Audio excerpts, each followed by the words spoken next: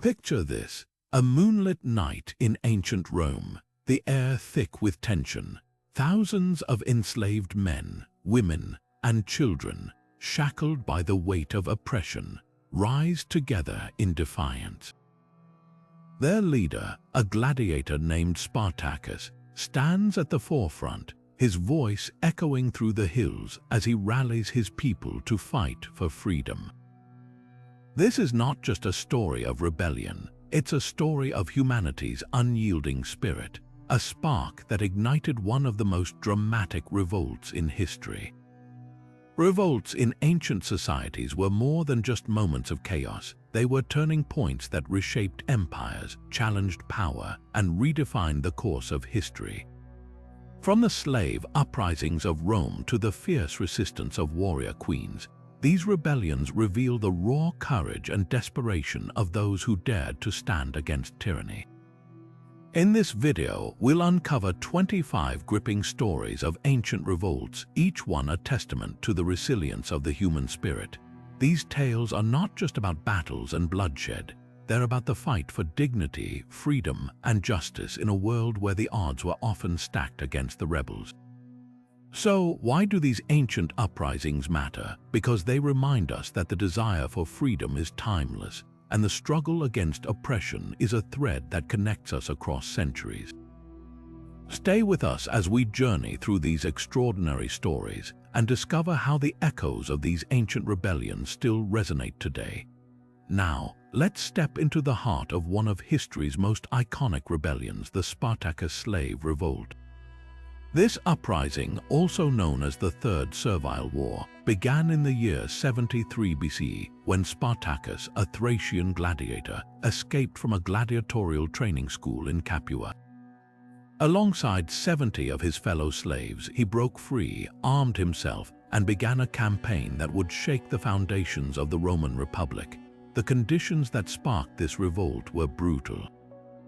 Slavery in ancient Rome was not just a system of labor, it was a dehumanizing institution that stripped individuals of their dignity and subjected them to unimaginable cruelty. Gladiators, in particular, lived under constant threat of death, forced to fight for the entertainment of others.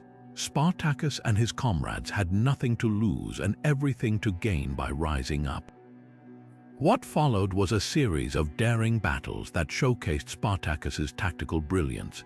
From the slopes of Mount Vesuvius to the plains of southern Italy, his growing army of escaped slaves defeated Roman forces time and again. At its peak, the rebellion swelled to an estimated 70,000 followers, a testament to the widespread discontent among the enslaved population. However, the Roman Republic, determined to crush the uprising, eventually mobilized its full military might. Under the leadership of Marcus Licinius Crassus, one of Rome's wealthiest and most powerful men, the rebellion was met with overwhelming force. The final confrontation took place in 71 BC near the Silarus River. Spartacus and his forces fought valiantly, but they were outnumbered and outmatched. The revolt was brutally suppressed, and Spartacus himself fell in battle, though his body was never found. Despite its ultimate failure, the legacy of Spartacus endures as a powerful symbol of resistance. His story has inspired countless movements for freedom and justice, from abolitionists in the 19th century to modern-day advocates for human rights. Spartacus reminds us that even in the face of overwhelming odds, the fight for dignity and equality is never in vain. As we move forward, we'll explore another uprising that challenged the might of Rome, the Jewish Revolt against Roman rule. But for now, let's take a moment to reflect on the courage of Spartacus and the thousands who stood with him, daring to dream of a world where no one lived in chains. Turning our attention to another monumental clash between an oppressed people and the might of Rome, we arrive at the Jewish Revolt against Roman rule. This uprising, which began in the year 66 CE, was fueled by a volatile mix of religious fervor and political discontent. For decades, the Jewish people had chafed under Roman occupation, which imposed heavy taxes, interfered with religious practices, and displayed blatant disrespect for their sacred traditions. The final spark came when Roman soldiers looted the temple treasury in Jerusalem, an act that ignited widespread outrage and rebellion. The Jewish revolt was not just a fight for political independence, it was a struggle to preserve a way of life. The Jewish people, deeply rooted in their faith, saw the Roman presence as a direct threat to their religious identity. Leaders like Simon bar Giora and John of Giscala emerged, rallying their people to resist the empire's encroachment. What began as scattered uprisings quickly escalated into a full-scale war, with Jewish forces seizing control of key strongholds and inflicting significant losses on Roman legions. However, the might of Rome was not to be underestimated. In the year 70 CE, the Roman general Titus, son of Emperor Vespasian, laid siege to Jerusalem. The city, already weakened by internal divisions among the Jewish factions, faced a relentless assault. The siege lasted for months, marked by starvation, disease, and brutal fighting. The climax came with the destruction of the Second Temple, the spiritual heart of Judaism.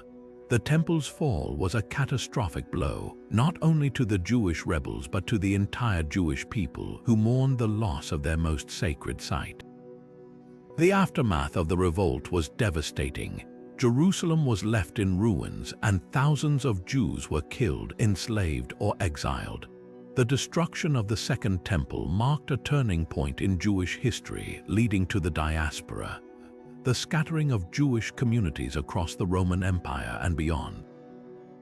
Yet, even in the face of such tragedy, the Jewish people adapted and preserved their faith. The development of rabbinic Judaism, centered on synagogues and the study of the Torah, emerged as a way to maintain their religious and cultural identity without the temple. The Jewish revolt against Rome stands as a testament to the enduring strength of a people determined to defend their beliefs and way of life. It reminds us that even in the face of overwhelming force, the human spirit can rise, adapt, and endure. As we continue our journey through the annals of ancient revolts, our next stop takes us to the Maccabean Revolt, a story of religious freedom and the origins of a beloved tradition. But for now, let's reflect on the resilience of the Jewish people, whose legacy continues to inspire generations. Now, let's journey back to a time when a small but determined group of rebels stood against an empire to protect their faith and freedom. The Maccabean Revolt, which unfolded in the 2nd century BCE, is a powerful story of resistance against religious oppression and the birth of a tradition that continues to inspire millions today. The seeds of the revolt were sown when the Seleucid Empire, under King Antiochus IV, sought to impose Hellenistic culture on the Jewish people. Antiochus outlawed Jewish religious practices, desecrated the temple in Jerusalem, and demanded that the Jewish people worship Greek gods. For many, this was an unbearable assault on their identity and faith. The breaking point came when a Seleucid official ordered a Jewish priest named Mattathias to make a pagan sacrifice. Refusing to comply, Mattathias killed the official and sparked a rebellion that would change the course of history. Mattathias and his 5 sons, known as the Maccabees, became the leaders of this uprising. Their fight was not just against a foreign ruler, but for the very soul of their people. The Maccabees, though vastly outnumbered, used guerrilla tactics to outmaneuver the Seleucid forces. Their most famous victory came at the Battle of Emmaus, where they defeated a much larger army through cunning and determination. The climax of the revolt was the recapture and purification of the temple in Jerusalem. According to tradition, when the Maccabees reclaimed the temple, they found only enough sacred oil to keep the menorah burning for 1 day. Miraculously, the oil lasted for 8 days, allowing them to prepare more. This event is commemorated today as Hanukkah, the Festival of Lights, a celebration of faith, resilience, and the triumph of light over darkness. The Maccabean Revolt did more than secure religious freedom. It led to the establishment of the Hasmonean dynasty, a period of Jewish self-rule that lasted for nearly a century. The Hasmoneans expanded their territory, restored Jewish traditions, and strengthened the cultural identity of their people. The legacy of the Maccabees lives on, not only in the celebration of Hanukkah, but in the enduring spirit of resistance against oppression. Their story reminds us that even in the face of overwhelming odds, courage and conviction can lead to extraordinary victories. As we move forward in our exploration of ancient revolts, our next stop takes us to the fierce rebellion led by Boudica, the warrior queen who defied the might of Rome. But for now, let's take a moment to reflect on the Maccabees, whose fight for freedom continues to shine as a beacon of hope and inspiration. Now, let's turn our attention to a rebellion that shook the foundations of Roman Britain, a revolt led by a queen whose name still echoes through history as a symbol of defiance. Boudica, the warrior queen of the Iceni tribe, rose against the might of Rome in a desperate bid to reclaim her people's freedom and dignity. The story begins with the death of Boudica's husband, King Prasutagus, who had ruled the Iceni as an ally of Rome. In his will, he left his kingdom jointly to his daughters and the Roman emperor, hoping to secure his family's future, but the Romans had other plans. They seized the Iceni lands, flogged Boudica, and subjected her daughters to unspeakable violence. This brutal betrayal ignited a fire in Boudica, and she vowed to lead her people in a revolt against their oppressors. Boudica's rebellion began with a wave of destruction. She united several tribes, including the Trinovantes, and together they marched on Roman settlements. Camulogenum, modern-day Colchester, was the first to fall. The rebels burned the city to the ground, slaughtering its inhabitants and leaving no trace of Roman rule. Next came Londinium, the bustling trading hub that would one day become London. The city was reduced to ashes, and Verulamium, now St. Albans, met the same fate. The Roman historian Tacitus later described the devastation, noting that the rebels showed no mercy, driven by a thirst for vengeance. The Romans, caught off guard by the scale of the uprising, scrambled to respond. The governor of Britain, Gaius Suetonius Paulinus, gathered his forces and prepared for a decisive confrontation. The two armies met at the Battle of Watling Street, a clash that would determine the fate of the rebellion. Despite being vastly outnumbered, the Romans held the advantage of discipline and superior tactics. Boudica's forces, though fierce and determined, were no match for the tightly organized Roman legions. The battle ended in a crushing defeat for the rebels, and Boudica's dream of freedom was extinguished. Though her rebellion was ultimately unsuccessful, Boudica's legacy endures. She is remembered as a fearless leader who stood against an empire, fighting not just for her people but for justice and dignity. Her story has inspired countless generations, and her name has become synonymous with resistance against oppression. As we continue our journey through the annals of ancient revolts, we'll next explore the Sicilian Slave Wars, a series of uprisings that exposed the brutal realities of slavery in the Roman world. But for now, let's pause to honor Boudica, the warrior queen whose courage continues to inspire.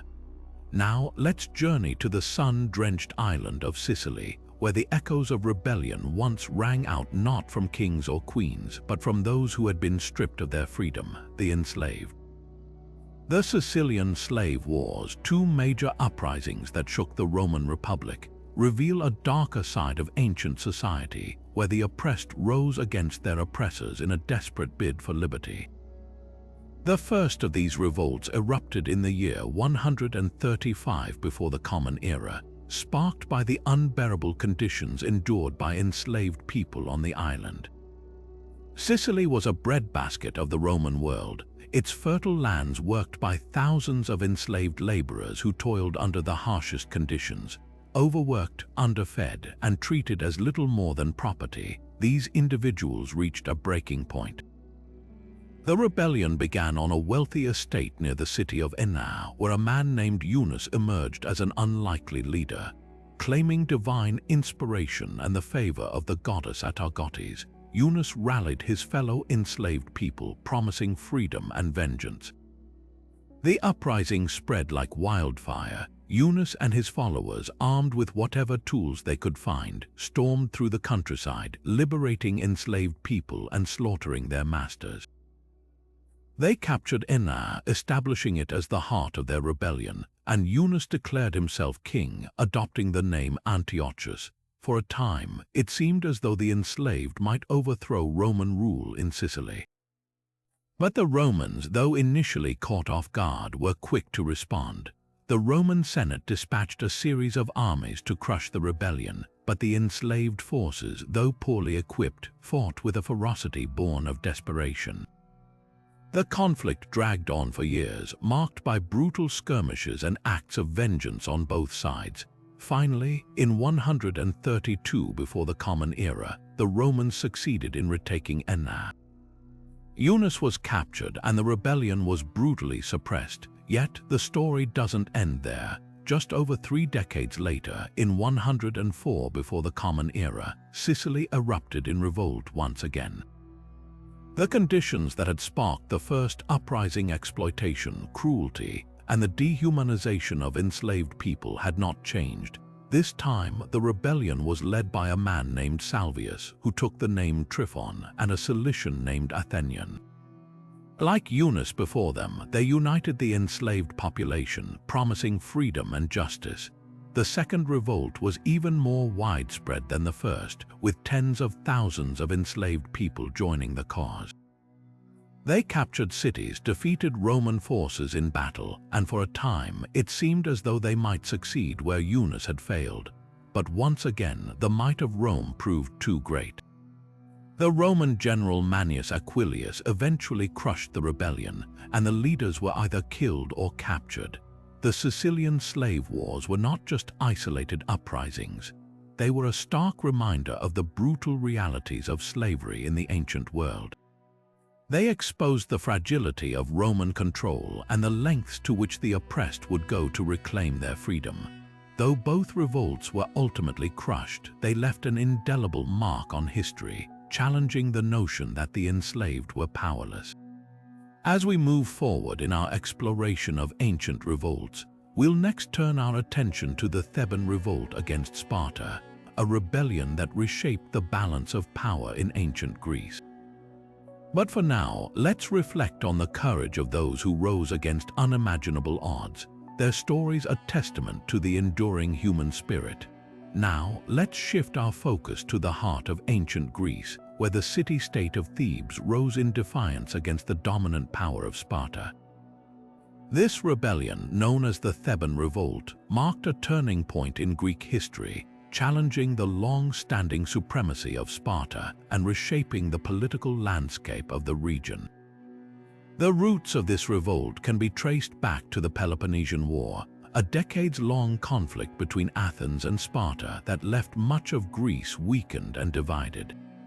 In the aftermath of the war, Sparta emerged as the dominant power, imposing its will on other city-states, including Thebes. The Thebans, however, were far from content with Spartan dominance. Resentment simmered as Sparta's heavy-handed policies and military presence stifled Theban autonomy. The spark that ignited the rebellion came in the form of a bold Theban leader named Epaminondas. A visionary strategist and a passionate advocate for Theban independence, Epaminondas sought to break free from Spartan control. Alongside his trusted comrade, Pelopidas, he began to rally the Theban people, forging alliances with other disgruntled city-states and preparing for a decisive confrontation. The turning point of the revolt came in the year 371 before the Common Era at the Battle of Leuctra. Here, the Theban forces, though outnumbered, employed a revolutionary military tactic that would change the course of ancient warfare. Epaminondas devised a strategy known as the oblique phalanx, concentrating his strongest troops on the left flank to deliver a crushing blow to the Spartan right. This bold maneuver caught the Spartans off guard, and despite their reputation as the most formidable warriors in Greece, they were decisively defeated. The victory at Leuctra was more than just a military triumph. it was a seismic shift in the balance of power. Sparta's aura of invincibility was shattered, and Thebes emerged as a dominant force in Greece. Epaminondas and Pelopidas capitalized on this momentum, leading campaigns to liberate other city-states from Spartan influence and even invading the Peloponnese itself.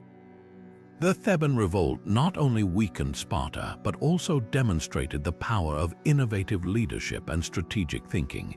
Epaminondas's legacy endured long after his death, inspiring future generations to challenge the status quo and fight for their freedom. As we continue our journey through the stories of ancient revolts, we'll next explore the lesser-known but equally fascinating revolt of the gladiators in Capua, where the seeds of rebellion were sown in the sands of the arena. But for now, let's reflect on the courage and ingenuity of the Thebans, whose defiance reshaped the course of Greek history. Now, let's step into the shadowy world of ancient Rome, where the sands of the arena were not just a stage for spectacle, but also a breeding ground for rebellion. Our next story takes us to Capua, a city renowned for its gladiatorial schools, where a lesser-known but deeply significant revolt unfolded, one that would foreshadow the legendary uprising led by Spartacus. The gladiators of Capua were more than just fighters. They were symbols of both entertainment and oppression. Trained in brutal combat, these men were often slaves or prisoners of war, forced to risk their lives for the amusement of Roman audiences. But beneath the surface of this violent spectacle lay a simmering discontent. The harsh conditions of their training, the constant threat of death, and the loss of personal freedom created a powder keg of resentment. The spark for the revolt came in the year 104 before the Common Era, when a group of gladiators in Capua decided they had endured enough. Led by a man whose name has been lost to history, these fighters plotted a daring escape. Their plan was risky, but their desperation outweighed their fear. Under the cover of night, they broke free from their confines, armed themselves with whatever weapons they could find, and began their fight for freedom. The rebellion was short-lived but fierce. The gladiators, though outnumbered and outmatched, used their combat skills to hold off Roman forces for a brief but intense period.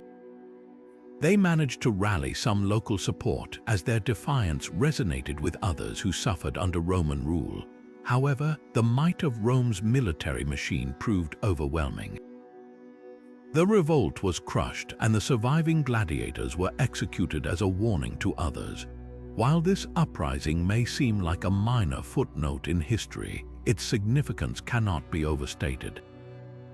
It revealed the deep-seated tensions within Roman society and the potential for rebellion among those who were most oppressed. The revolt in Capua also set the stage for the larger and more famous Spartacus revolt, which would erupt just a few decades later. The gladiators of Capua may not have achieved their freedom, but their courage and defiance planted the seeds of resistance that would inspire future generations. As we move forward in our exploration of ancient revolts, we'll next delve into the chaos of the Nika riots in Constantinople, where the streets of the Byzantine Empire became a battleground for political and social upheaval. But for now, let's take a moment to reflect on the bravery of these gladiators, whose struggle reminds us that even in the face of overwhelming odds, the desire for freedom can ignite the flames of rebellion. Now we turn our attention to the bustling streets of Constantinople, where the echoes of chariot races and political intrigue set the stage for one of the most explosive revolts in Byzantine history, the Nika riots. This uprising, which erupted in the year 532, was not just a rebellion against Emperor Justinian I. It was a fiery clash of political ambition, social inequality, and the raw power of the masses. At the heart of the Nika riots were the factions of the Hippodrome, the massive arena where chariot races captivated the city. These factions, known as the Blues and the Greens, were more than just fan clubs for rival teams. They were deeply entrenched in the political and social fabric of Constantinople, representing different classes and interests. The blues were often associated with the aristocracy, while the greens drew support from the lower classes. But when both factions found common cause in their dissatisfaction with Justinian's rule, the stage was set for chaos. The immediate spark for the revolt came from a miscarriage of justice. Two men, one from the blues and one from the greens, had been arrested for murder. When they were sentenced to death, a botched execution attempt led to their escape, and the factions demanded their pardon. Justinian refused, and tensions boiled over. The factions united in their fury, chanting Nika, meaning conquer, as they took to the streets. What began as a protest quickly escalated into a full-scale rebellion. The rioters set fire to buildings, including the Grand Hagia Sophia, and demanded the removal of Justinian's most unpopular officials. For days, the city was engulfed in violence, with the rioters even proclaiming a new emperor. Justinian, initially paralyzed by indecision, eventually turned to his wife, Empress Theodora, whose resolve proved decisive. Theodora famously urged Justinian to stand firm, declaring that royal purple is the noblest shroud. With her encouragement, Justinian ordered his generals to crush the revolt. The imperial forces, led by the ruthless general Belisarius, cornered the rioters in the Hippodrome and unleashed a brutal massacre. Tens of thousands were killed, and the rebellion was extinguished in a sea of blood. The Nika riots left an indelible mark on Byzantine history.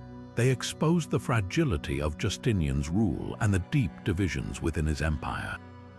Yet they also demonstrated his ability to survive and consolidate power.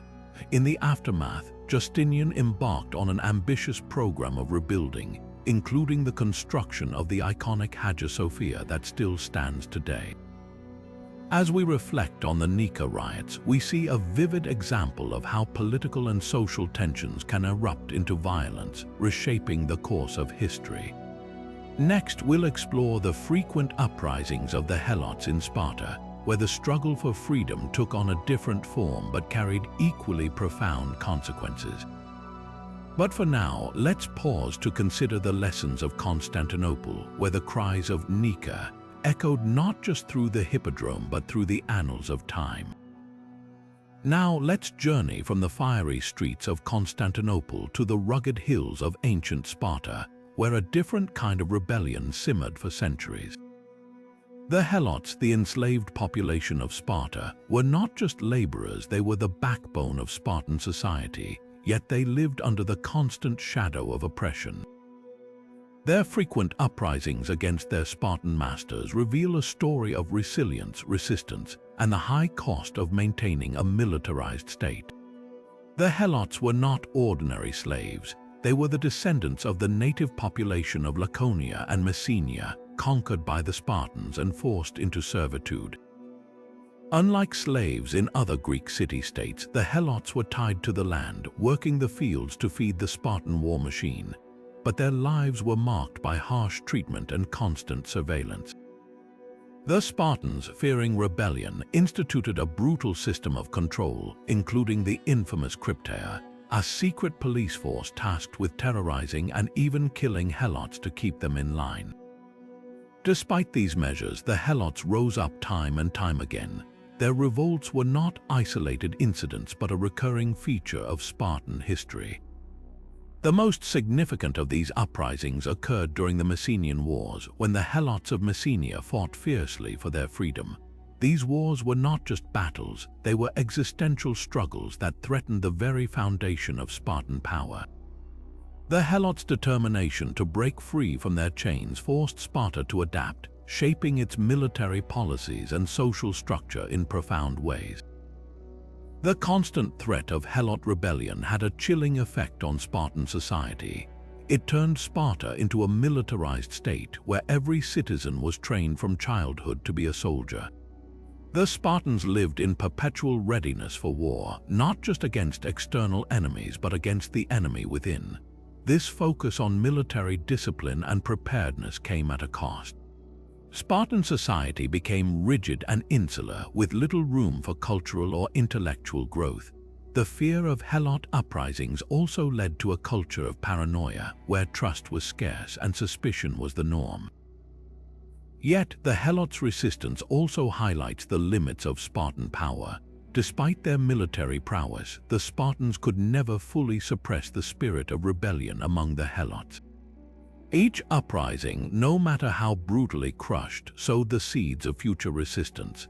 The Helots' struggle for freedom reminds us that even the most oppressive systems cannot extinguish the human desire for dignity and autonomy. As we reflect on the Helots' revolts, we see a society shaped as much by fear as by strength. The Spartans' reliance on slavery and their constant vigilance against rebellion reveal the fragility of their power. Next, we'll turn our attention to the Babylonian revolt against Assyria, where another enslaved people rose up to challenge their oppressors and reshape the course of history. But for now, let's pause to consider the enduring legacy of the Helots, whose defiance echoes through the ages as a testament to the unyielding spirit of resistance. Now, as we shift our gaze from the rugged hills of Sparta to the fertile plains of Mesopotamia, we encounter a rebellion that would reshape the ancient world. The Babylonian revolt against Assyria stands as a pivotal moment in history, marking the rise of a new empire and the fall of an old one. At the heart of this uprising was Nabopolassar, a leader whose vision and determination would forever alter the balance of power in the region. The Assyrian Empire, once the dominant force in the Near East, had grown overextended and vulnerable. Its vast territories were difficult to control, and its harsh rule had bred resentment among its subjects. The Babylonians, long under Assyrian domination, saw an opportunity to reclaim their independence. Nabopolassar, a Chaldean chieftain, emerged as the leader of this movement, rallying the people of Babylon to rise against their oppressors. Nabopolassar's rebellion began in the late 7th century BCE as he seized control of Babylon and declared himself king. His rise to power was not just a military campaign but a strategic masterstroke. He forged alliances with other discontented peoples, including the Medes, who shared a common enemy in the Assyrians. Together, they launched a coordinated assault on the Assyrian heartland, targeting its key cities and weakening its grip on the region. The turning point came with the fall of Nineveh, the Assyrian capital, in 612 BCE.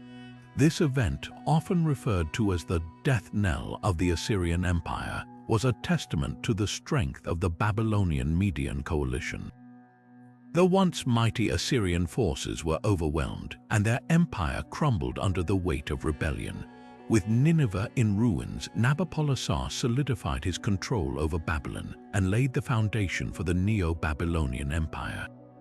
Under Nabopolassar's leadership, Babylon experienced a renaissance. The city became a center of culture, commerce, and innovation, reclaiming its status as one of the great cities of the ancient world. Nabopolassar's successors, most notably his son Nebuchadnezzar II, would further expand the empire, ushering in a golden age of Babylonian power and influence. The Babylonian revolt against Assyria is more than just a story of military conquest. It is a tale of resilience, strategic brilliance, and the enduring desire for freedom. Nabopolassar's rebellion not only ended Assyrian dominance but also set the stage for a new era in Mesopotamian history. As we reflect on this pivotal moment, we are reminded of the transformative power of resistance and the enduring legacy of those who dare to challenge the status quo. Next, we'll journey to the forests of Gaul, where another leader, Vercingetorix, would rise to challenge the might of Rome. But for now, let's pause to consider the profound impact of the Babylonian revolt, a rebellion that reshaped the ancient world and left an indelible mark on history. As we leave the sun-baked plains of Mesopotamia behind, our journey takes us to the dense forests and rolling hills of ancient Gaul, where a fierce leader named Vercingetorix would rise to challenge the might of Rome. This is the story of a rebellion that tested the limits of Roman power and left an enduring mark on the history of Europe. Vercingetorix, a chieftain of the Arverni tribe, emerged as the unifying force behind the Gaulish resistance. In the mid-1st century BCE, Julius Caesar's campaigns in Gaul had brought much of the region under Roman control, but the Gauls, proud and fiercely independent, were not willing to accept foreign domination without a fight. Vercingetorix saw an opportunity to rally the disparate tribes of Gaul into a single, formidable force. The rebellion began in earnest in 52 BCE, as Vercingetorix launched a series of guerrilla attacks against Roman forces. His strategy was brilliant yet brutal. He ordered the burning of crops and villages to deny the Roman supplies, a tactic known as scorched earth. This forced Caesar's legions to rely on their own resources, stretching their supply lines and weakening their position. For a time, it seemed as though Vercingetorix might succeed in driving the Romans out of Gaul. However, Caesar was a master tactician, and he quickly adapted to the challenges posed by the Gaulish revolt. The decisive moment came at the siege of Alesia, a fortified hilltop town where Vercingetorix and his forces had taken refuge. Caesar's response was nothing short of extraordinary. He ordered the construction of massive fortifications around Alesia, effectively trapping the Gaulish army inside. But Caesar didn't stop there. He also built a second ring of defenses to protect his own troops from a relief force sent by other Gaulish tribes. The siege of Alesia was a grueling test of endurance for both sides. Inside the town, Vercingetorix and his men faced starvation and despair. Outside, Caesar's legions held firm against repeated attacks from the Gaulish relief force. In the end, it was Roman discipline and engineering that proved decisive. Vercingetorix, realizing that further resistance was futile, surrendered to Caesar, marking the end of the Gaulish revolt. The fall of Alesia was a turning point in Roman history. With the defeat of Vercingetorix, Caesar solidified Roman control over Gaul, paving the way for its eventual integration into the Roman Empire. But the legacy of Vercingetorix endures as a symbol of resistance and national pride. His rebellion, though ultimately unsuccessful, demonstrated the power of unity and the lengths to which people will go to defend their freedom. As we reflect on the story of Vercingetorix, we are reminded of the complex interplay between ambition, strategy, and the human spirit. His revolt against Rome was not just a military conflict but a clash of cultures and ideals. And while the Gauls may have lost the battle, their struggle continues to inspire those who value independence and self-determination.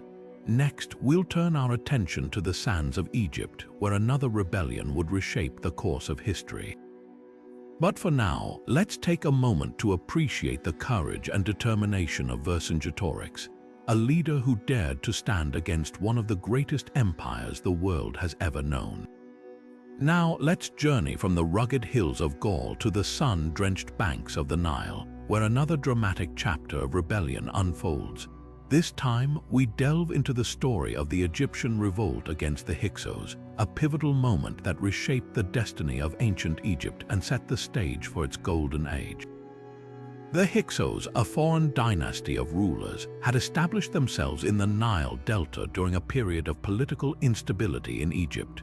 Known for their advanced military technology, including horse-drawn chariots and composite bows, the Hyksos dominated the northern regions of Egypt for over a century.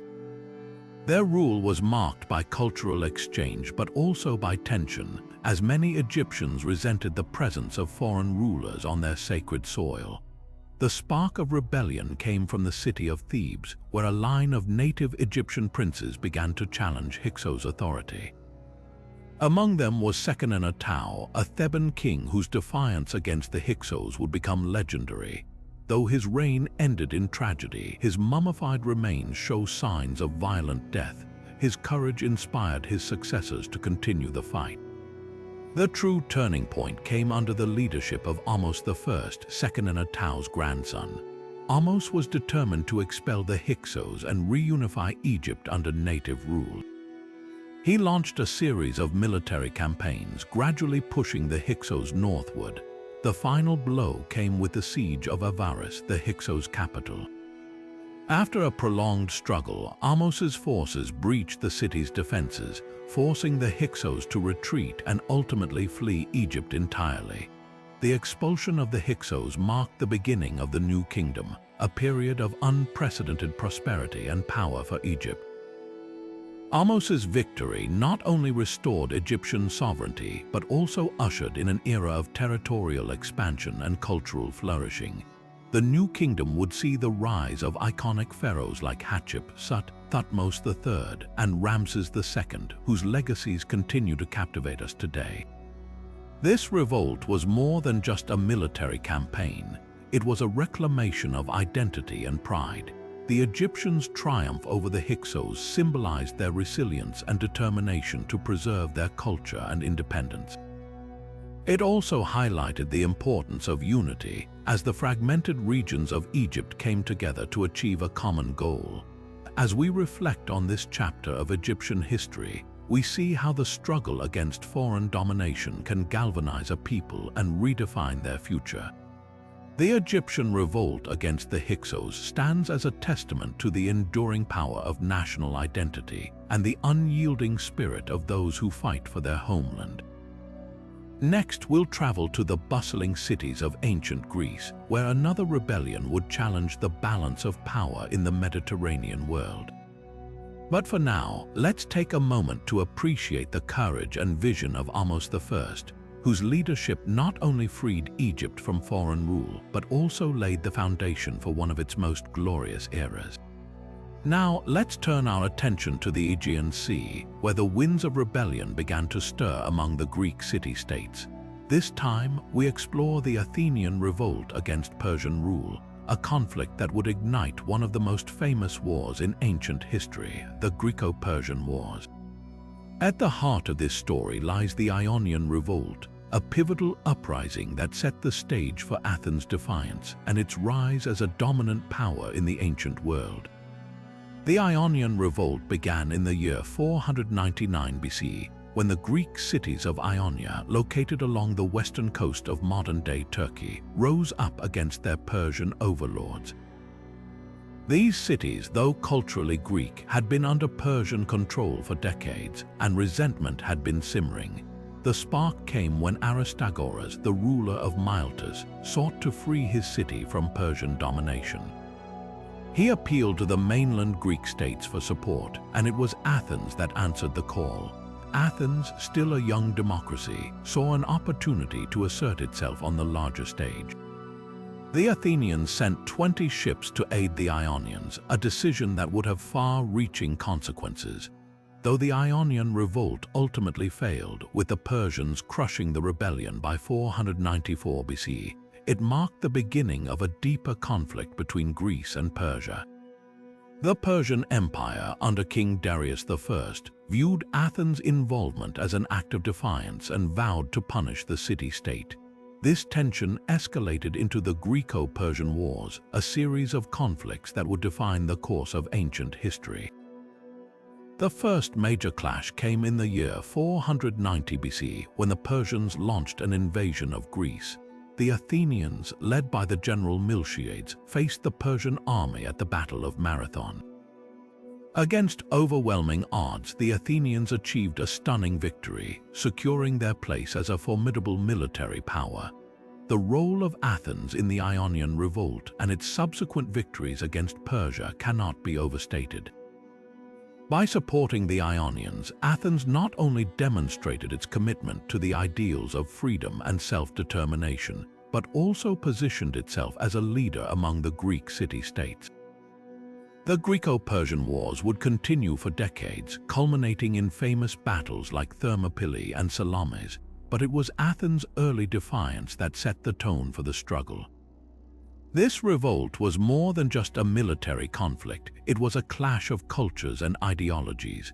The Persian Empire, with its vast resources and centralized authority, represented the old order, while Athens, with its fledgling democracy, symbolized a new way of thinking. The Athenian revolt against Persian rule was a bold statement of independence. one that would inspire future generations and shape the identity of the Western world. As we reflect on this chapter of history, we see how a single act of rebellion can ripple across time, altering the course of empires and civilizations. The Athenian revolt against Persia reminds us of the power of courage and the enduring impact of standing up for one's beliefs. Next, we'll journey to the heart of Rome, where another rebellion would challenge the social order and redefine the rights of its citizens. But for now, let's take a moment to appreciate the audacity of Athens, whose defiance against a mighty empire would echo through the ages. Now, let's shift our focus to the heart of ancient Rome, where the struggle for equality and justice took center stage in a series of dramatic uprisings known as the conflict of the orders. This was not a single revolt but a prolonged struggle between the plebeians, the common people of Rome, and the patricians, the wealthy aristocratic class who held most of the power. The conflict of the orders began in the early days of the Roman Republic, around the year 494 BC, and lasted for over 2 centuries. At its core, this struggle was about fairness and representation. The plebeians, who made up the majority of Rome's population, were burdened by heavy debts, limited rights, and exclusion from political power. They worked the land, fought in the armies, and kept the economy running, yet they had no say in the laws that governed their lives.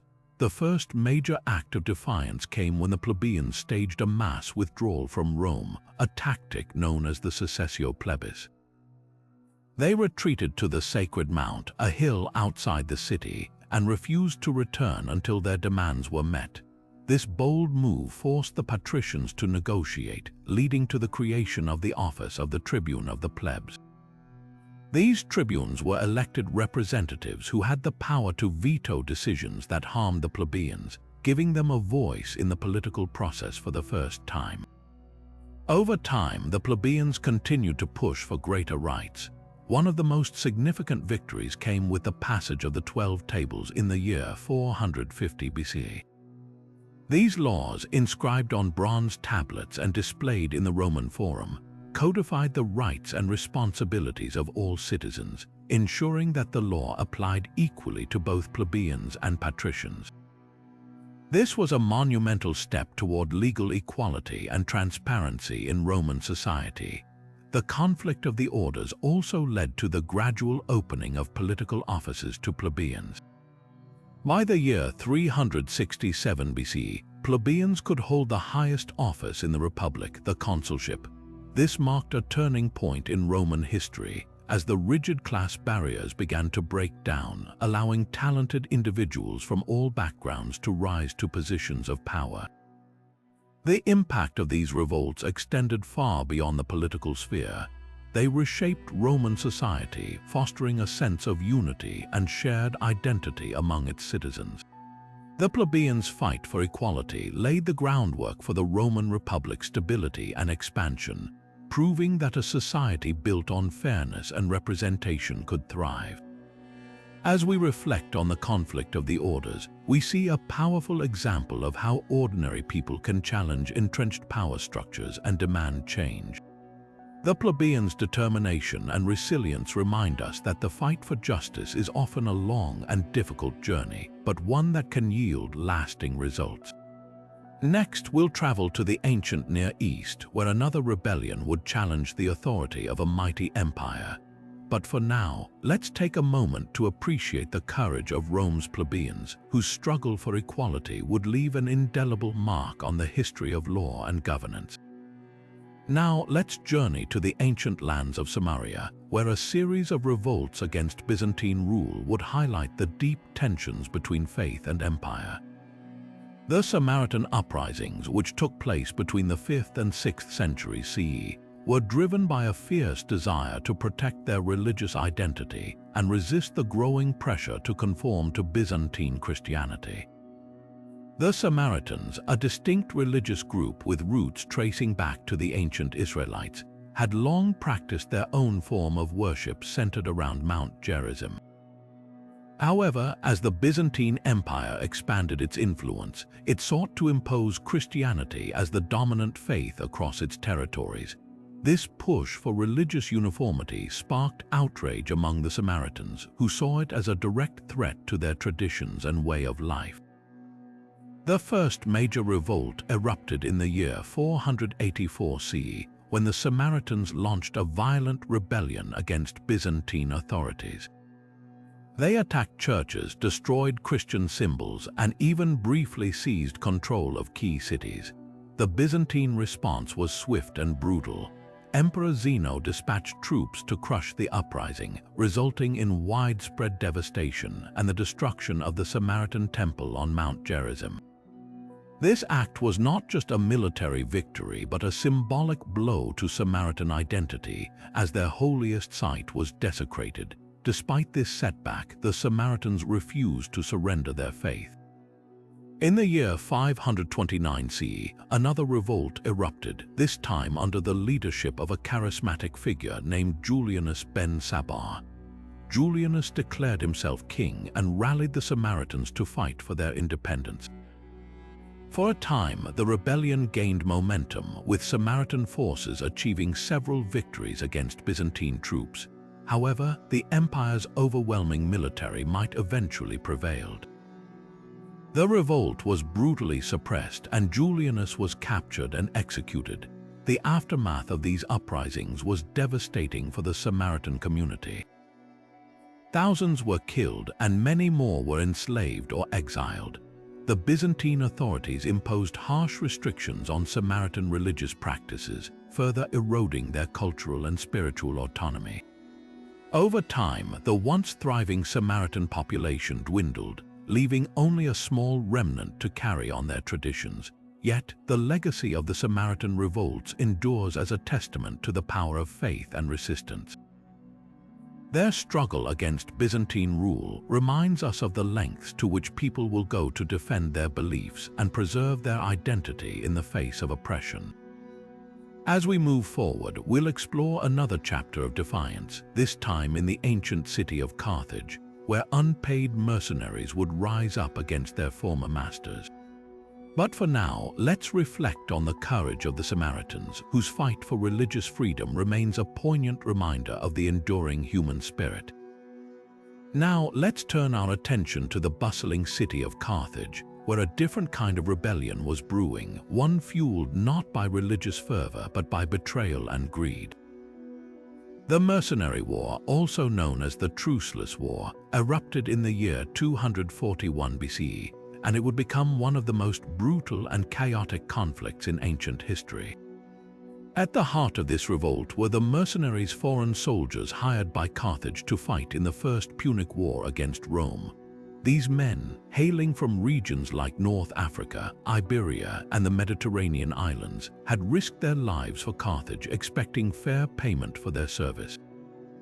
But when the war ended, Carthage, weakened by its costly struggle with Rome, found itself unable to pay its debts. The mercenaries, left without their promised wages, grew increasingly restless and angry.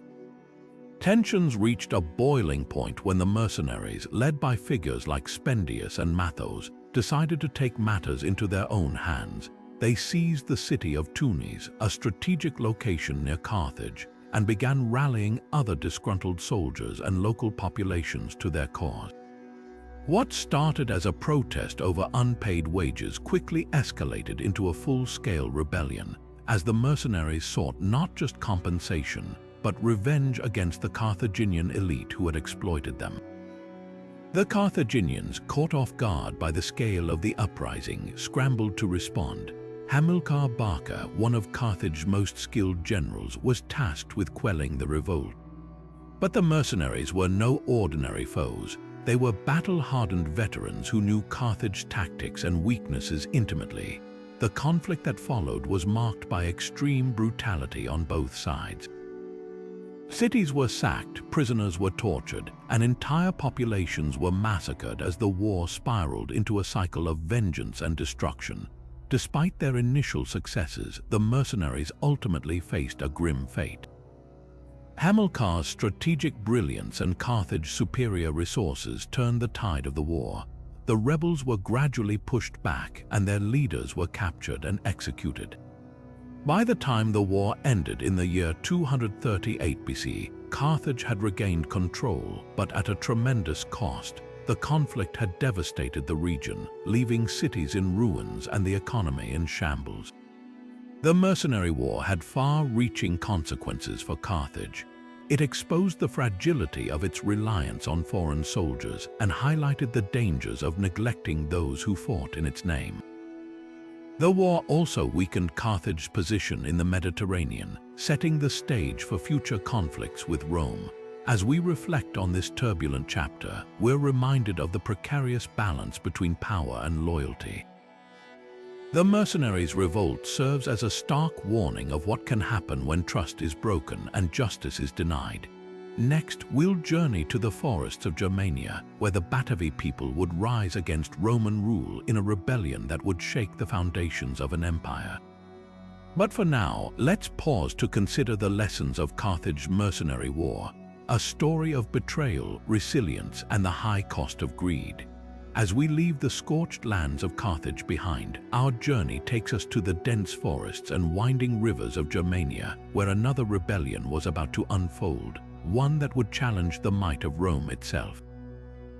This is the story of the Batavi Revolt, a daring uprising led by Gaius Julius Civilis, a man whose name would become synonymous with defiance against imperial rule. The Batavi, a Germanic tribe living near the Rhine River, had long been allies of Rome. Known for their exceptional skills as warriors and horsemen, they served as elite auxiliaries in the Roman army. But this alliance was far from equal. The Batavi were subjected to heavy taxation and conscription, forced to send their young men to fight in distant wars while their own lands suffered under Roman exploitation. By the year 69 CE, resentment had reached a breaking point. The spark that ignited the rebellion came during a period of chaos in the Roman Empire, the year of the four emperors. As rival claimants vied for the throne, the empire was plunged into civil war, creating an opportunity for the Batavi to strike. Gaius Julius Civilis, a Batavian noble and former Roman auxiliary commander, saw this moment of instability as his chance to lead his people to freedom. Civilis was a master strategist and a charismatic leader. He began by rallying not only the Batavi but also neighboring tribes who shared their grievances against Rome. Together, they formed a formidable coalition, united by a common desire to throw off the yoke of Roman oppression. The rebellion began with a series of surprise attacks on Roman garrisons along the Rhine, catching the empire off guard and securing early victories for the rebels. One of the most significant battles of the revolt took place at Castra Vetera, a key Roman stronghold. Civilis and his forces laid siege to the fort, cutting off supplies and wearing down the defenders. After a grueling standoff, the Romans were forced to surrender, marking a major triumph for the Batavi. This victory not only boosted the morale of the rebels but also inspired other tribes to join the cause. However, the tide of the war began to turn when the Roman general Quintus Petilius Cerealis was sent to crush the rebellion. Cerealis, a seasoned commander, launched a counteroffensive, reclaiming lost territories and gradually pushing the rebels back. Despite their initial successes, the Batavi and their allies were no match for the disciplined might of the Roman legions. The revolt ultimately ended in the year 70 CE, with Civilis negotiating a peace treaty with Rome. While the Batavi were granted some concessions, their dream of complete independence remained unfulfilled.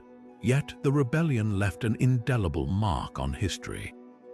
It exposed the vulnerabilities of the Roman Empire during times of internal strife and demonstrated the power of unity among oppressed peoples. The Batavi Revolt also highlighted the complex relationship between Rome and its allies. It was a reminder that loyalty could not be taken for granted, especially when it was built on exploitation and inequality. As we reflect on this chapter of history, we see a story of courage, resilience, and the enduring struggle for freedom. Next, we'll venture into the rugged hills of Judea, where the Zealots would rise against Roman rule in a rebellion that would become a symbol of unyielding resistance. But for now, let's take a moment to consider the legacy of Gaius Julius Civilis and the Batavi, a people who dared to challenge an empire. As we leave the story of the Batavi behind, our journey now takes us to the sun-scorched hills of Judea, where a different kind of rebellion was brewing, one fueled not just by political grievances but by deep religious fervor. This is the story of the Zealots, a group of Jewish rebels who rose against Roman rule in a desperate bid for freedom and faith. The Zealots were more than just rebels. They were a movement driven by an unshakable belief in the sanctity of their land and their God. For them, Roman rule was not merely an occupation, it was a violation of divine law. The Romans, with their heavy taxes, oppressive governance, and desecration of sacred sites, had pushed the Jewish people to the brink. By the year 66 CE, tensions erupted into open revolt. The rebellion began with a bold act of defiance. The Zealots, led by figures like Menahem ben Judah and later Eleazar ben Yair, seized control of Jerusalem and expelled the Roman garrison. For a brief moment, it seemed as though freedom was within reach. The rebels minted their own coins, declared their independence, and prepared for the inevitable Roman response. But the Romans were not a force to be underestimated. Emperor Nero dispatched his general Vespasian and later his son Titus to crush the rebellion. The Roman legions advanced methodically, reclaiming territory and laying siege to key strongholds. The Zealots, though fiercely determined, were outmatched by the disciplined and well-equipped Roman army. One of the most dramatic episodes of the revolt was the siege of Masada, a fortress perched atop a rugged plateau overlooking the Dead Sea. After the fall of Jerusalem in the year 70 CE, a group of Zealots, including women and children, retreated to Masada, determined to hold out against the Romans. For months they withstood the siege, using the fortress's natural defenses to their advantage. The Romans, however, were relentless. They constructed a massive ramp to breach the walls, and when it became clear that defeat was inevitable, the Zealots made a fateful decision. Rather than surrender and face enslavement or execution, they chose mass suicide. According to the historian Josephus, only 2 women and 5 children survived to tell the tale.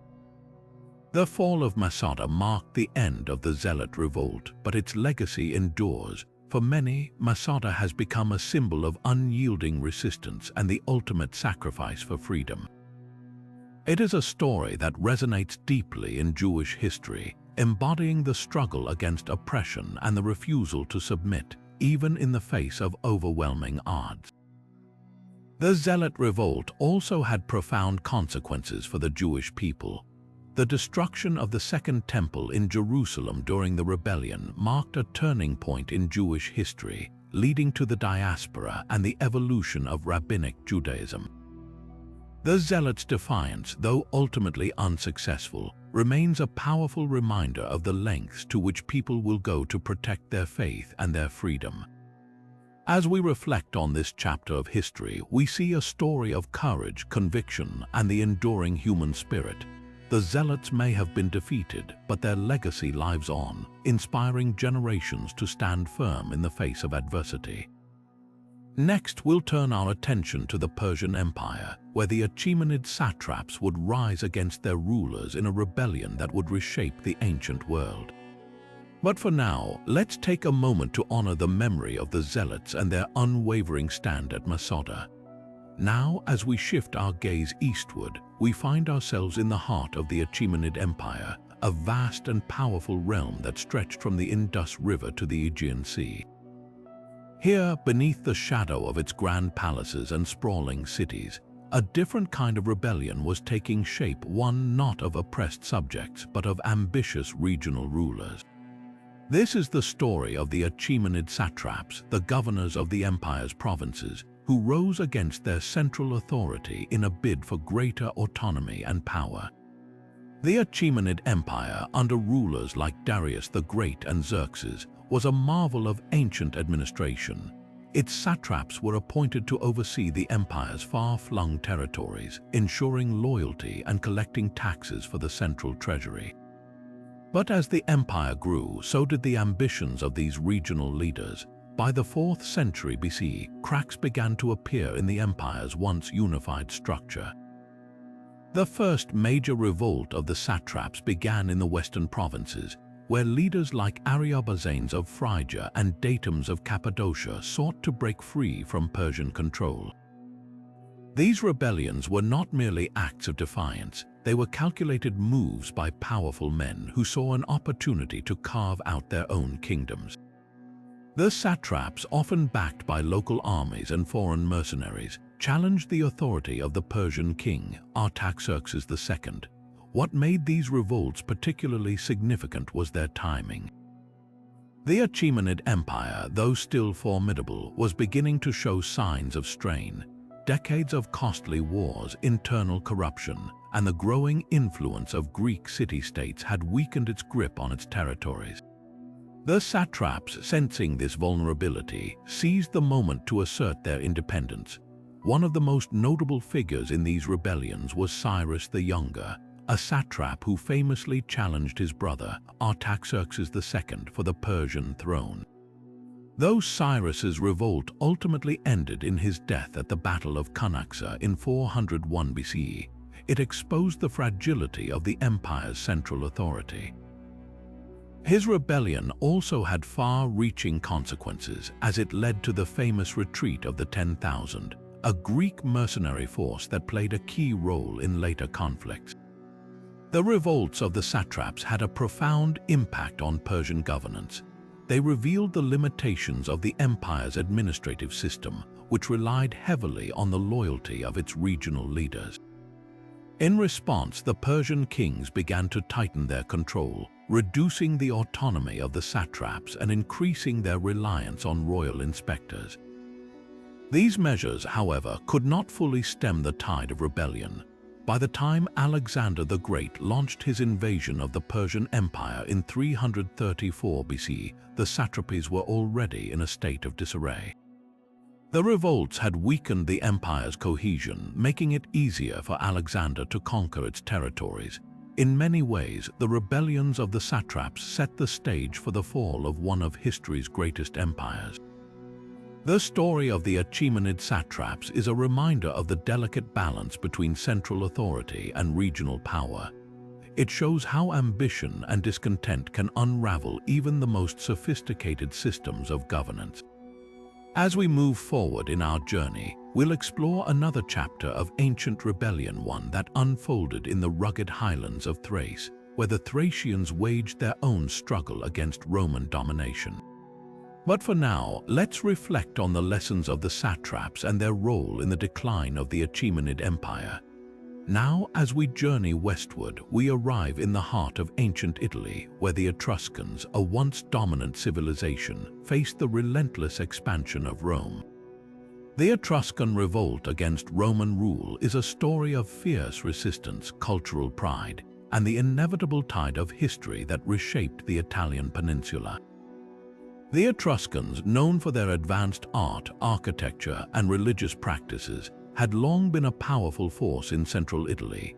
By the 6th century BCE, their influence extended across much of the region, with cities like Veii, Tarquinia, and Volsci serving as centers of Etruscan culture and power. However, as Rome began to rise, the Etruscans found themselves increasingly at odds with their ambitious neighbors. The conflict between the Etruscans and Rome was not a single, unified revolt, but a series of struggles that spanned centuries. One of the most significant clashes occurred in the early 4th century BCE, when the Etruscan city of Veii, located just north of Rome, became a focal point of resistance. Veii, a wealthy and fortified city, posed a direct challenge to Roman expansion. The Romans, determined to subdue their rivals, laid siege to Veii for 10 years. The eventual fall of Veii in 396 BC marked a turning point in the struggle, as it demonstrated Rome's growing military prowess and its willingness to absorb neighboring territories. Despite this setback, the Etruscans continued to resist Roman domination. Cities like Tarquinia and Volsci fought fiercely to maintain their independence, often forming alliances with other Italian peoples, such as the Samnites and the Gauls, to counter Roman aggression. These alliances, however, were not enough to stem the tide of Roman expansion. The Romans, with their disciplined legions and strategic ingenuity, gradually overpowered the Etruscan cities one by one. What makes the Etruscan revolt particularly fascinating is the cultural dimension of their resistance. The Etruscans were not just fighting for political independence, they were also striving to preserve their unique way of life. Their religion, art, and language were deeply intertwined with their identity, and the prospect of Roman assimilation threatened to erase these traditions. Over time, however, the Etruscans were gradually absorbed into the Roman world. Their cities became Roman municipalities, their elites integrated into the Roman aristocracy, and their cultural practices influenced Roman religion and art. The assimilation of the Etruscans into Roman society was not a sudden or complete process. For centuries, Etruscan traditions persisted alongside Roman customs, creating a rich cultural blend that shaped the identity of ancient Italy. The Etruscan legacy can still be seen today in the archaeological remains of their cities, the intricate designs of their pottery, and the enduring influence of their religious practices on Roman spirituality. The story of the Etruscan revolt is a testament to the complexities of cultural resistance and adaptation. It reminds us that history is not just a series of conquests and defeats, but also a process of exchange and transformation. As we move forward, we'll turn our attention to another chapter of ancient rebellion, this time in the rugged highlands of Numidia, where the Numidians waged their own struggle against Carthaginian domination. But for now, let's reflect on the resilience of the Etruscans and their lasting impact on the world of ancient Rome. Now, shifting our focus to the sun-scorched landscapes of North Africa, we arrive at the story of the Numidians and their fierce rebellion against Carthage. This revolt, led by the charismatic and cunning Massinissa, not only reshaped the balance of power in the region, but also played a pivotal role in the larger conflict between Rome and Carthage, the Punic Wars. The Numidians, a Berber people known for their skilled cavalry and nomadic lifestyle, inhabited the rugged terrain of what is now modern-day Algeria and Tunisia. For centuries, they had been under the influence of Carthage, serving as allies and mercenaries in their wars. However, as Carthage's grip tightened, the Numidians began to chafe under their rule. Enter Massinissa, a prince of the Massili tribe, whose ambition and vision would ignite a rebellion that would alter the course of history. Massinissa's rise to power was anything but straightforward. Initially, he fought alongside Carthage during the Second Punic War, even commanding Numidian cavalry in battles against Rome. But as the war dragged on, Massinissa grew disillusioned with Carthage's leadership and saw an opportunity to align himself with Rome, a rising power that promised him support in his quest for independence. This decision marked a turning point as Massinissa switched sides and began rallying the Numidian tribes against Carthage. The Numidian rebellion was not just a military campaign, it was a struggle for autonomy and recognition. Massinissa's forces, renowned for their speed and agility, became a thorn in Carthage's side, disrupting supply lines and weakening their hold on the region. One of the most significant moments came at the Battle of Zama in 202 BCE, where Massinissa's cavalry played a crucial role in securing a decisive Roman victory over Hannibal, Carthage's greatest general. This battle not only marked the end of the Second Punic War, but also cemented Massinissa's position as a key ally of Rome. With Carthage's power diminished, Massinissa turned his attention to consolidating Numidian territory. He united the disparate tribes under his rule, creating a centralized kingdom that stretched across much of North Africa. Under his leadership, Numidia became a regional power, known for its wealth, military strength, and cultural achievements. Massinissa's reign also saw the development of agriculture and trade, transforming Numidia into a prosperous and influential state. Yet, the story of the Numidian revolt is not just one of triumph. It is also a tale of shifting alliances and the complexities of power. While Massinissa's alliance with Rome brought him victory, it also tied Numidia's fate to the ambitions of a foreign power. Over time, this relationship would prove both a blessing and a burden, as Rome's influence grew and Numidia's independence became increasingly precarious. The legacy of Massinissa and the Numidian rebellion is a testament to the enduring spirit of resistance and the pursuit of self-determination. It reminds us that even in the shadow of empires, smaller nations can rise, challenge the status quo, and carve out their own place in history. As we move forward, we'll explore another chapter of ancient rebellion, this time in the rugged highlands of Thrace, where the Thracians waged their own struggle against Roman domination. But for now, let's reflect on the remarkable story of Massinissa and the rise of Numidia, a kingdom born from defiance and ambition. Now, as we journey from the sun-drenched plains of Numidia to the rugged highlands of Thrace, we encounter a people whose fierce independence and warrior spirit made them a formidable challenge for even the mighty Roman Empire. The Thracians, a collection of tribes inhabiting the southeastern Balkans, were known for their martial prowess, rich traditions, and unyielding resistance to foreign domination. Their story is one of defiance, resilience, and a cultural legacy that continues to echo through history. The Thracians had long been a thorn in the side of empires. Their mountainous terrain, dense forests, and strategic location made them difficult to conquer, and their warrior culture ensured that any invader would face a relentless fight. By the 1st century BC, Rome had set its sights on Thrace, seeking to expand its influence and secure the region's valuable resources. But the Thracians were not about to surrender their freedom without a fight. One of the most notable figures in the Thracian resistance was Spartacus, the gladiator who led a massive slave revolt against Rome. While Spartacus's story is often associated with Italy, his Thracian origins highlight the deep-rooted spirit of rebellion that defined his people. However, the Thracian uprisings against Rome were not limited to Spartacus. Over the centuries, numerous Thracian leaders and tribes rose up against Roman rule, each time pushing back against the encroaching empire with guerrilla tactics, ambushes, and fierce battles. The Thracians' resistance was not just a military struggle, it was also a fight to preserve their way of life.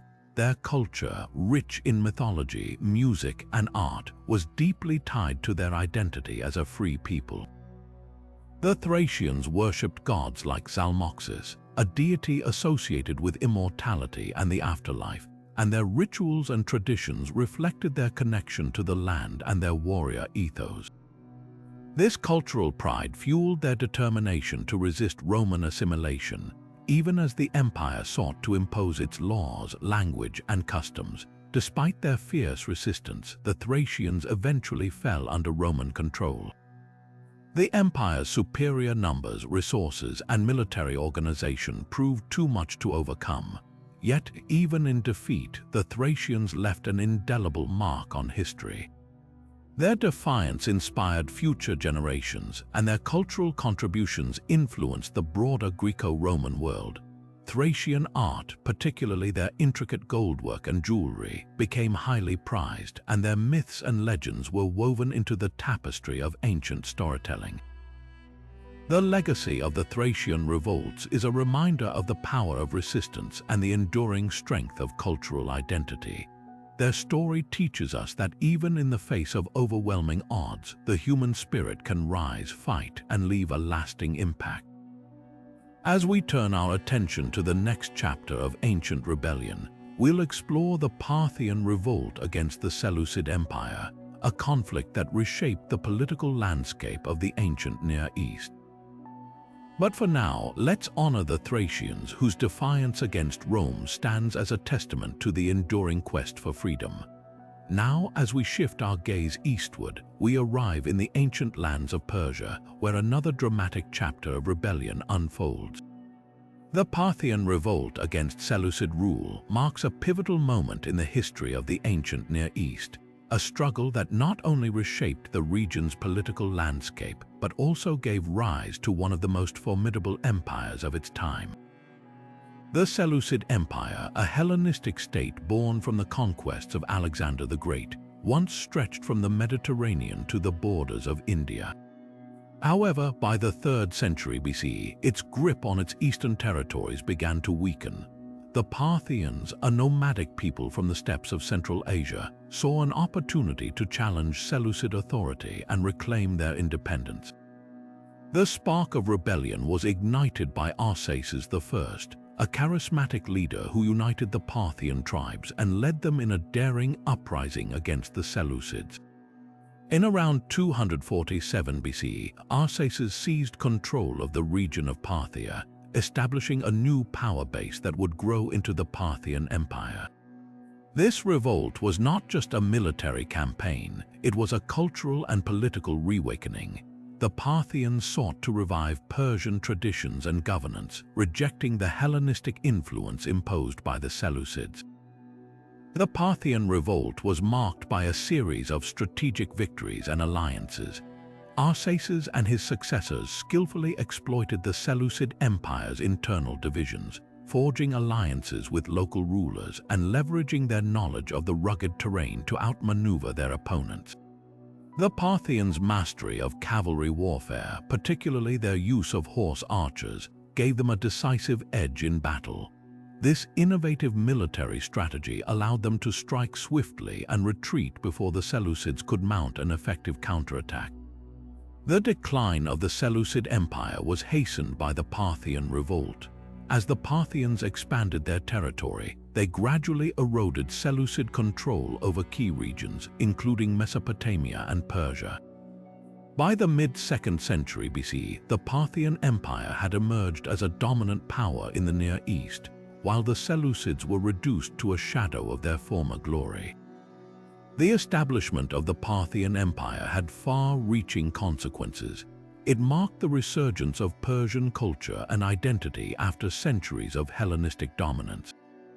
The Parthians adopted many aspects of Persian tradition, including the Zoroastrian religion, and positioned themselves as the heirs to the Achaemenid legacy. At the same time, they maintained a unique blend of Central Asian and Persian influences, creating a vibrant and dynamic empire that would endure for centuries. The Parthian revolt also had a profound impact on the broader geopolitical landscape. Their rise to power disrupted the balance of power in the ancient world, challenging both the Seleucids and the growing might of Rome.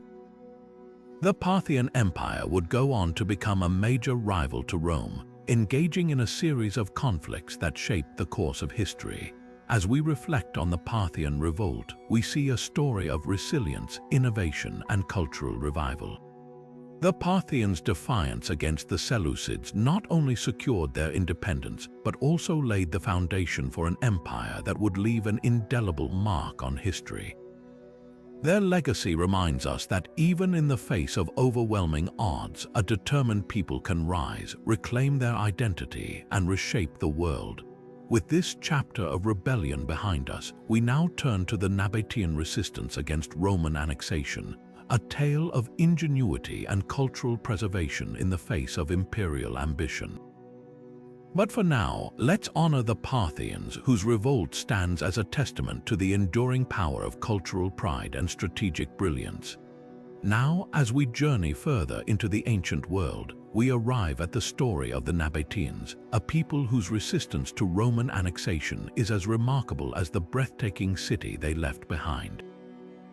The Nabateans, known for their ingenuity and mastery of desert life, carved out a thriving civilization in the heart of the Arabian Peninsula, with their capital, Petra, standing as a testament to their cultural and architectural brilliance. The Nabateans were not just skilled traders and builders, they were also fierce defenders of their independence. By the 1st century BCE, the Roman Empire had set its sights on the lucrative trade routes controlled by the Nabateans. These routes, which connected the Mediterranean world with the riches of Arabia, India, and beyond, were vital to Rome's economic ambitions. The Nabateans, however, were determined to protect their sovereignty and way of life. The resistance of the Nabateans was marked by both diplomacy and defiance. Initially, they sought to maintain their independence through alliances and negotiations with Rome. King Aretas IV, one of their most prominent rulers, skillfully navigated the complex political landscape, balancing cooperation with Rome while safeguarding Nabatean interests. However, as Roman expansionist policies grew more aggressive, the Nabateans were forced to take a firmer stand. The Nabateans' unique culture and strategic location played a crucial role in their resistance. Their capital, Petra, was a marvel of engineering, hidden within a labyrinth of sandstone cliffs and accessible only through a narrow gorge known as the Sick. This natural fortress allowed the Nabateans to withstand sieges and repel invaders, making Petra a symbol of their resilience. The city itself was a hub of trade and culture, adorned with intricate carvings, temples, and water systems that showcased their advanced knowledge of hydraulics and architecture. Despite their ingenuity, the Nabateans faced an increasingly formidable adversary in Rome. By the 1st century CE, the Roman Empire had consolidated its power in the region, and the Nabateans found themselves under growing pressure to submit. The turning point came in 106 CE, when the Roman Emperor Trajan formally annexed the Nabatean kingdom, transforming it into the Roman province of Arabia Petraea. The fall of Petra marked the end of Nabatean independence, but their legacy endured. The city of Petra, with its iconic treasury and monastery, remains one of the most awe-inspiring archaeological sites in the world, a testament to the creativity and resilience of the Nabatean people. Their resistance to Roman annexation, though ultimately unsuccessful, highlights their determination to preserve their culture and identity in the face of overwhelming odds. As we reflect on the Nabatean revolt, we are reminded of the enduring power of cultural pride and the lengths to which a people will go to defend their way of life. The story of the Nabateans is not just one of resistance. It is a celebration of human ingenuity and the indomitable spirit of a civilization that thrived in one of the harshest environments on Earth.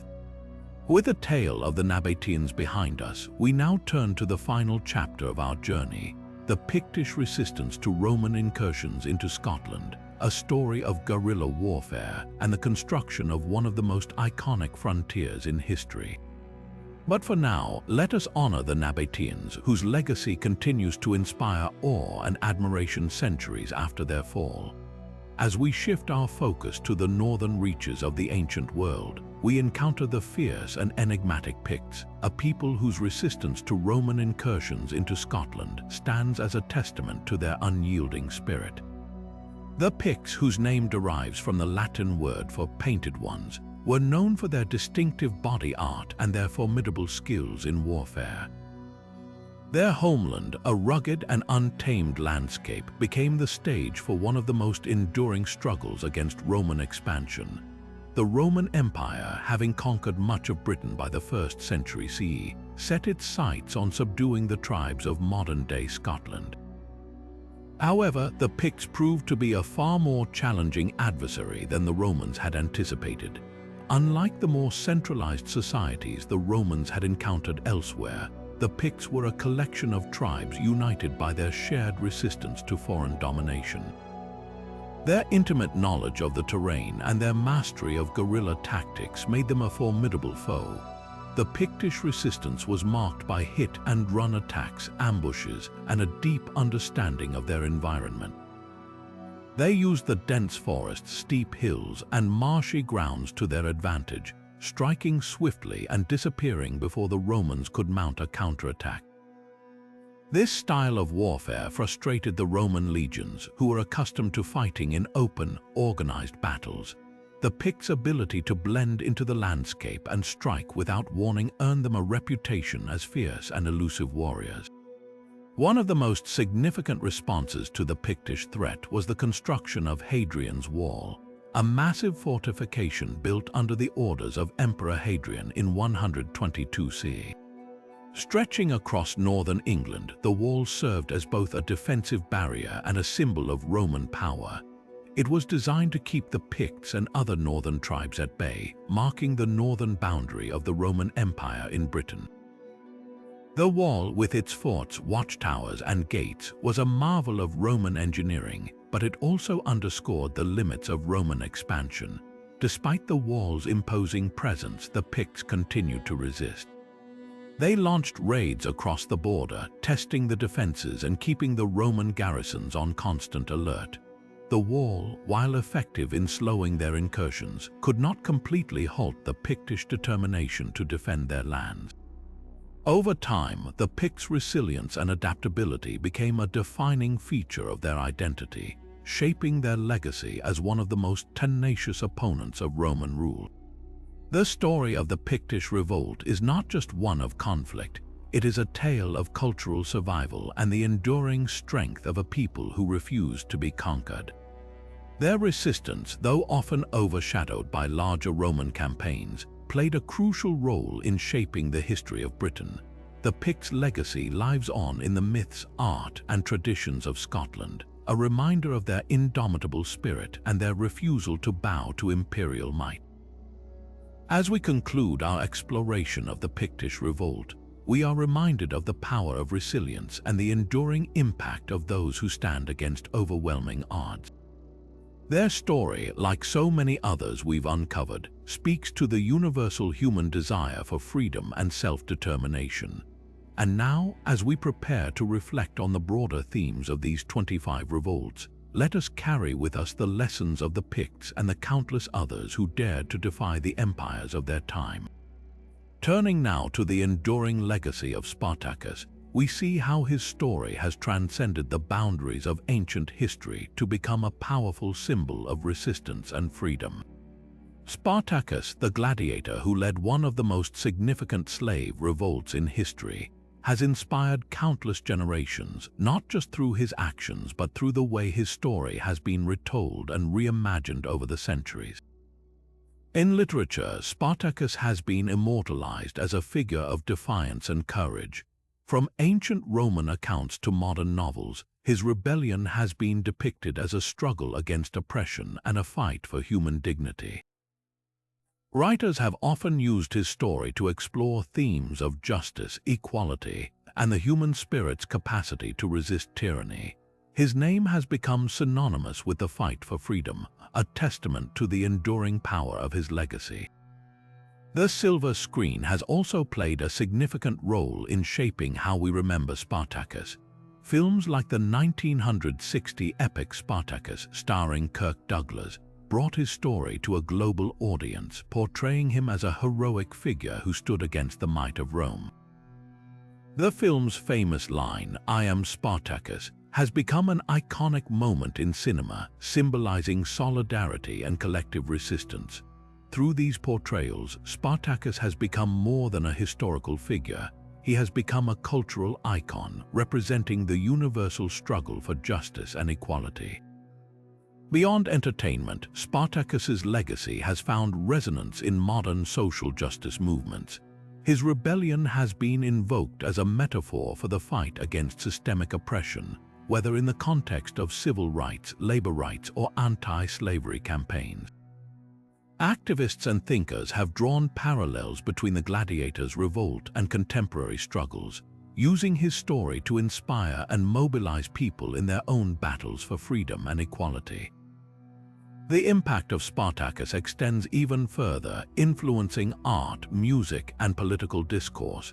His name has been adopted by sports teams, political groups, and cultural organizations, each seeking to channel the spirit of resistance he embodies. In this way, Spartacus has become a timeless figure, his story continually reinterpreted to reflect the values and challenges of each new era. As we reflect on the legacy of Spartacus, we are reminded of the power of storytelling to shape our understanding of history and its relevance to our lives. His rebellion, though ultimately crushed, continues to inspire those who fight against injustice, proving that the ideals of freedom and equality are as vital today as they were in ancient times.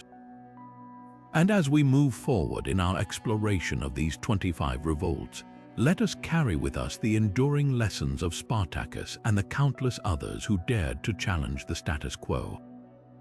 Shifting our focus to the aftermath of the Jewish revolt against Rome, we uncover a pivotal moment that reshaped Jewish history and identity in profound ways. The fall of Jerusalem in the year 70 and the destruction of the Second Temple marked not just the end of a rebellion but the beginning of a new chapter for the Jewish people, one defined by resilience, adaptation, and the enduring strength of their faith. The immediate consequences of the revolt were devastating. The Roman suppression led to widespread destruction, loss of life, and the displacement of countless Jews from their homeland. This forced migration, known as the Jewish diaspora, scattered Jewish communities across the Roman Empire and beyond. While this dispersal was born out of tragedy, it also laid the foundation for a global Jewish identity, as these communities carried their traditions, beliefs, and culture to new lands. In the wake of the temple's destruction, Judaism underwent a significant transformation. Without the central institution of the temple, religious practices had to adapt. This period saw the rise of Rabbinic Judaism, a movement led by scholars and rabbis who reinterpreted Jewish law and tradition to fit a new reality. The focus shifted from temple-based rituals to synagogue worship, prayer, and the study of sacred texts. The Mishnah and later the Talmud became central to Jewish life, preserving and expanding the oral traditions that had been passed down for generations. The development of Rabbinic Judaism also emphasized the role of the rabbi as a spiritual and communal leader. These scholars not only guided their communities in matters of faith, but also ensured the survival of Jewish identity in the face of adversity. Their teachings provided a framework for living a Jewish life outside the land of Israel, fostering a sense of unity and continuity among dispersed communities.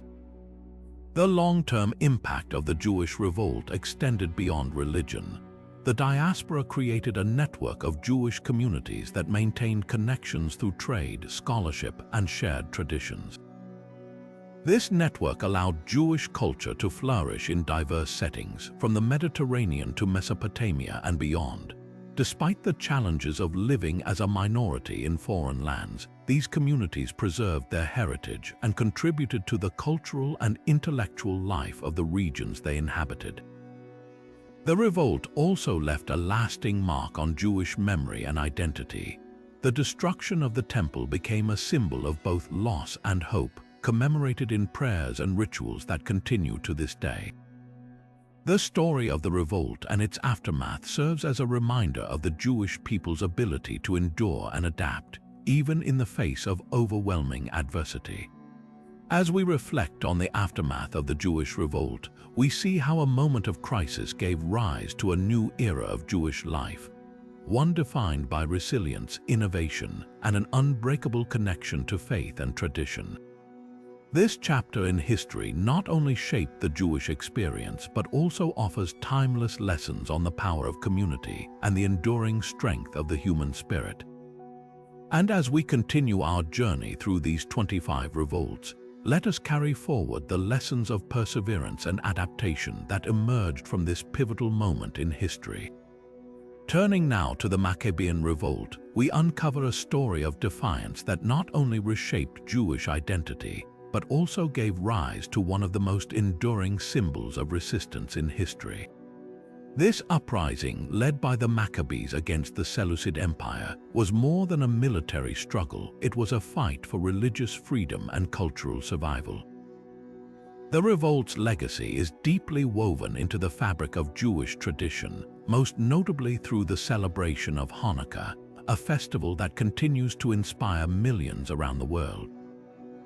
The Maccabean revolt began in the 2nd century BCE, when the Seleucid ruler Antiochus IV sought to impose Hellenistic culture on the Jewish people, outlawing their religious practices and desecrating the temple in Jerusalem. This sparked a fierce resistance led by Judah Maccabee and his brothers, who rallied their people to reclaim their faith and heritage.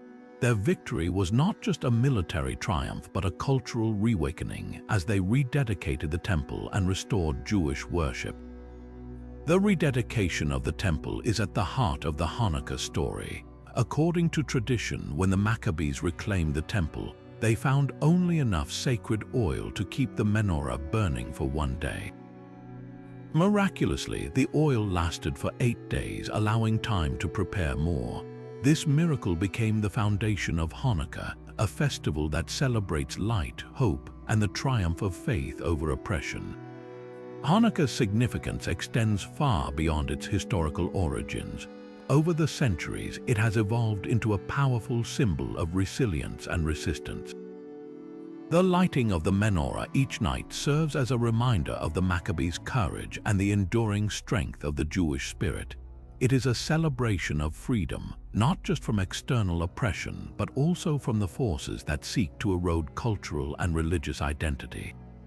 The Maccabean revolt also had a profound impact on Jewish identity. It reinforced the idea that faith and tradition are worth fighting for, even in the face of overwhelming odds. The revolt's success demonstrated the power of unity and determination, inspiring future generations to stand firm in their beliefs. This legacy is reflected in the way Hanukkah is celebrated today, with its emphasis on family, community, and the preservation of cultural heritage. Moreover, the Maccabean revolt and Hanukkah have taken on new meanings in different contexts. For many, the festival has become a symbol of universal themes such as hope, perseverance, and the victory of light over darkness. It resonates with people of all backgrounds who have faced adversity, offering a message of empowerment and resilience. As we reflect on the cultural impact of the Maccabean revolt, we see how a moment of resistance can leave an indelible mark on history. The story of the Maccabees and the miracle of Hanukkah remind us that even in the darkest times, the human spirit can shine brightly. This chapter in history not only shaped Jewish identity, but also offers timeless lessons on the power of faith, unity, and the enduring light of hope. And as we continue our exploration of these 25 revolts, let us carry forward the spirit of the Maccabees, celebrating the courage and resilience that define the human experience. As we bring our journey through these 25 revolts to a close, it's impossible not to be struck by the recurring themes that echo across centuries and civilizations.